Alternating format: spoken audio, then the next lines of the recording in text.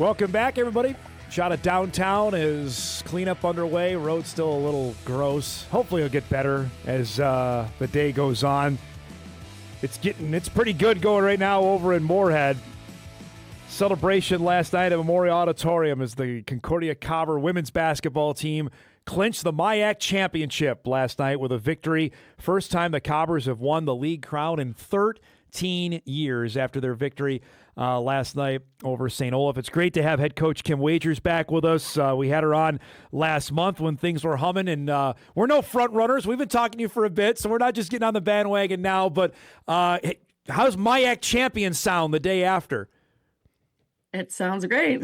Yeah, like this is really fun to obviously get a big win at home last night, and then get a little bit of help from St. Mary's to have it be where we couldn't get a tie, right? So, yeah, I'm super proud of my group and excited for what's to come yet here too. No sharing, Kim. How you just mentioned, how big a deal is that? You guys this is yours and yours alone.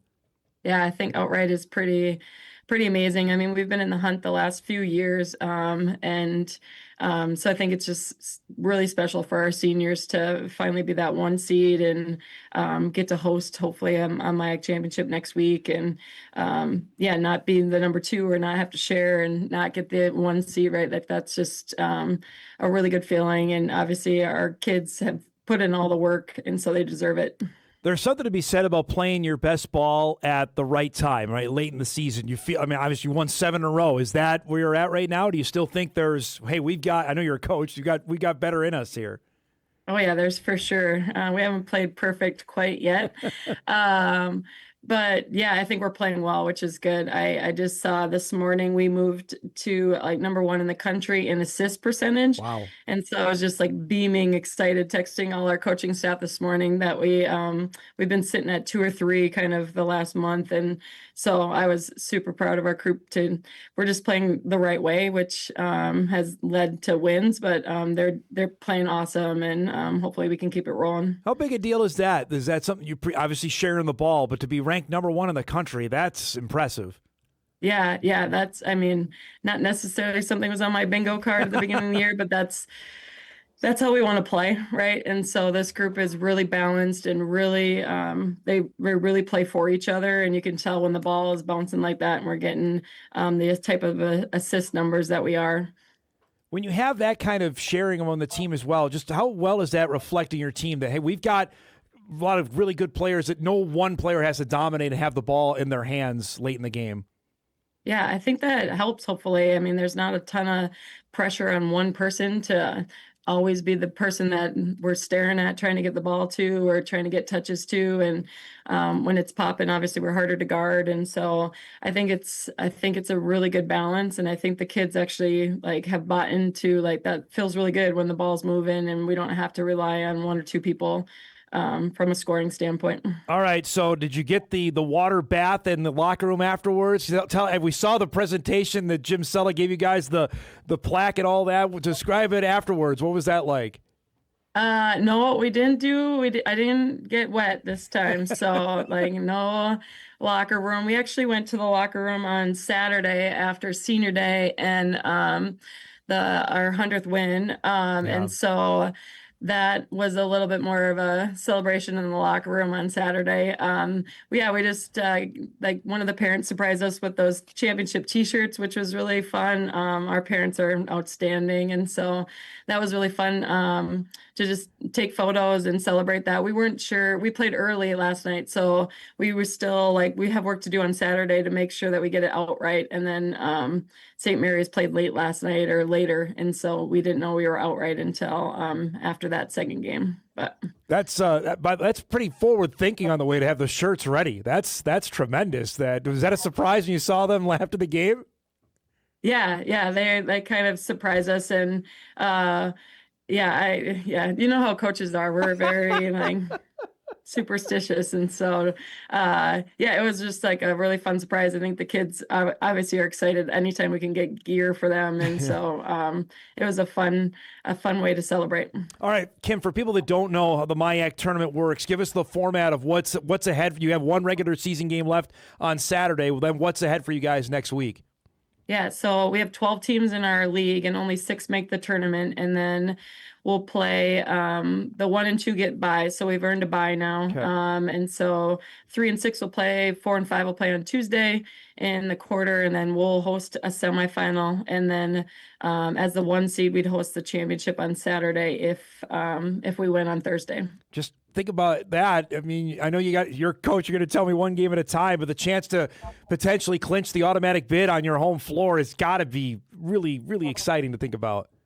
Yeah, that is it's so awesome. I mean, like we've been runners up a few times Yeah. here, and so to be on our home floor, right? We've had chances to host like where we're like fighting with the 2 seed and just drop one game late in the year that, gave Gustavus a chance to host the last couple of years. And so to do all the work and kind of get through that where you're not going to drop a game that you shouldn't to lose that 1 seed is something I think especially our seniors were fully aware of heading into January and deep February here. And so to have the opportunity to host and be at home is just so fun. I'm so excited for our crew. I remember visiting with you, 2 years ago on the show about that, you had everything in front of you, but you had to play a road game for that MIAC championship. This is and you got a lot of players back. How does that feel for them, knowing what they went through a couple years ago to now get ready for what's to come potentially next week?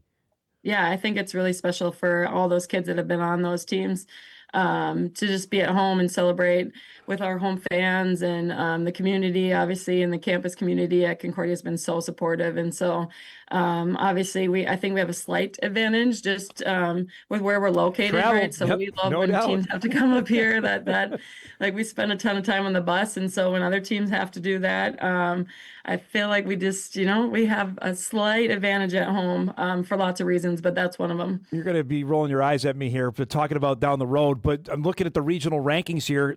The Cobbers are 3rd. So is there an opportunity for an at-large bid if things don't go the way you want next week? Yeah, I think so. From we're using the MPI, which is the National Power Index now, and so from what we see from our MPI ranking, it's like 13th in the country right now. Wow. And so we should have an at-large, even if things don't go great next week, which they won't. But we're gonna get the auto, and hopefully then have an opportunity to maybe host a NCAA first round. Wow. Well, first and second round. That's big time stuff. You knew full well, I'm assuming, the history of Concordia women's basketball when the job opened up when Jess Raymond retired. So tell me about the long range goal you had. Is this where are you on time, ahead of time, behind time on when you took the job 7 years ago? Well, you know how you put together those like first 30 days, Yeah. first year, and a conference championship was on my 5 year. I think this is year 6. So I'm a little behind, although if you count COVID, Right, I don't know. exactly. Right? You got to throw We'll that give it an out. asterisk. Yep, totally. But no, definitely we've taken strides to get Jess did such a good job, and the history and tradition over here is just outstanding, which is one of the reasons I was so interested in the job, just with the history of Concordia and obviously the support I'd have here, but also the tradition made a huge difference. Like people can win here, right? It's been proven, it's been done. And so, yeah, we're right kind of on track, I guess.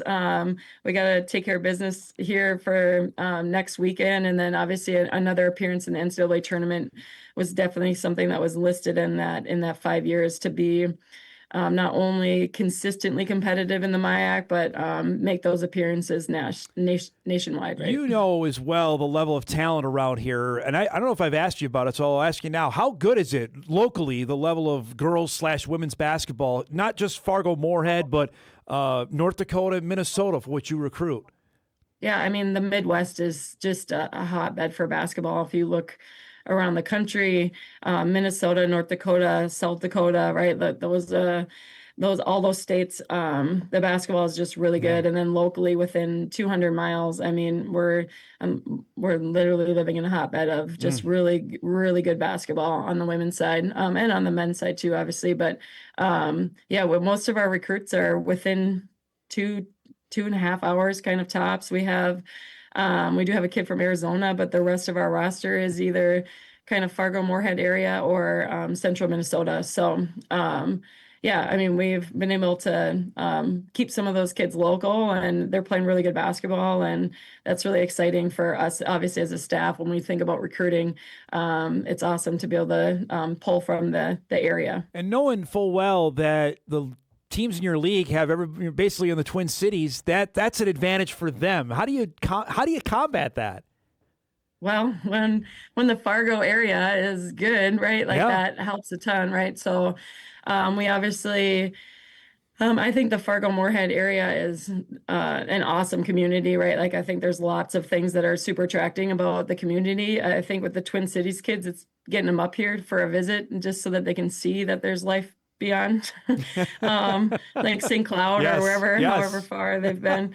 But for us, when we can pull local kids that can obviously compete with those teams that are loaded with Twin Cities kids, that helps a ton. And some of that is the high school coaches in the area do such a good job, and the club basketball and the like all of the youth stuff that has popped up has done just a really good job of providing really good opportunities for girls and for the sport to keep growing up here. Now, did I force you to come into the office today to do this, or were you there already as a coach? Like, hey, we're on the grind. There's no time to celebrate. Oh yeah, no, we're here. Did you give yourself a little time? Yeah. Did you give yourself a little time to celebrate?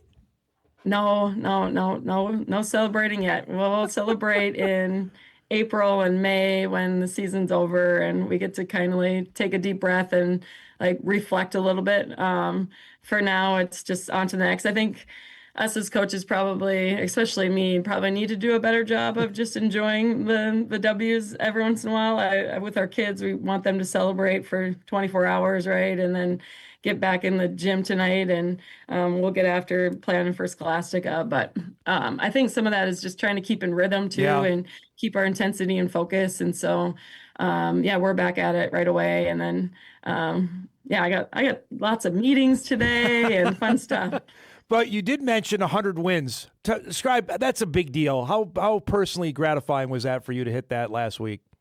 Yeah, I mean, it's just really special. I mean, I think it's credit to my assistant coaches that I've had here. Like they're definitely not my wins. They're our staff wins and our players wins as well. So I've had just such tremendous help with Terry Porter and Allie and Wing's been a great addition, and obviously Lori and I had Lindsay Schultz as an assistant here before, so they've been huge parts of those 100 wins, and then our alumni that have like built the standard and kind of got our program to where we wanted to be here. When I'm talking about 5-year goals, right? Like a lot of that is our alumni that have just graduated and have kind of set the tone for the kids who are hard doing it right now, and so. It was really fun. It was senior day, and so that made it extra special too. And these seniors are just being tremendous leaders and like so consistent, and they're super fun to coach. So it was really fun to do it with them while honoring them on senior day too. I texted him last night, but there's something about the Wingenbach family that just wins titles. So how much you overcame that by his addition to win, which is even more impressive this year. So congratulations on that too.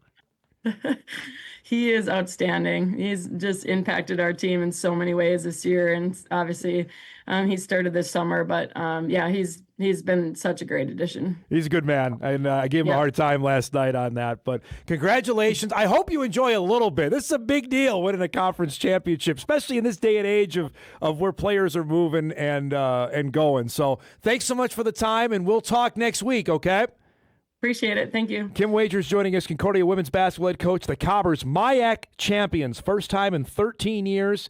You heard Kim say they will host next Thursday, a week from tonight, will be the MIAC semis. If they win that, they will play at home a week from Saturday for the MIAC championship. I'm looking at the latest regional ranking that came out earlier this week, had the Cobbers in Region 9, with Oshkosh first, Whitewater second, and then Concordia at 3. And they need, I believe, 4 hosts because it's similar. We were talking about on the Division I women's basketball that they host around the country there. Cobbs are in great shape to not only potentially get the automatic bid, one way or the other, they're playing in the NCAA tournament here in a few weeks. Congrats to them with a bunch of really talented players. Taylor Safransky from Fargo Davies, Maya Metcalf from West Fargo Cheyenne, Molly Muslin from Lemoore. I mean, they got some studs on that team, and excited to see what happens next week in the MIAC tournament. I remember when the Cobbers hosted, gosh, might have been 2012, might have been 2013, going over there. It was Memorial Auditorium was always fun, but it was rocking when they last hosted way back when. Congrats to them. All right, we'll break. We come back. We'll wrap up our first hour. Big second hour coming up. Lowdown on state wrestling. Jory Collins in about a half hour as well. Much more on Hot Mic right after this.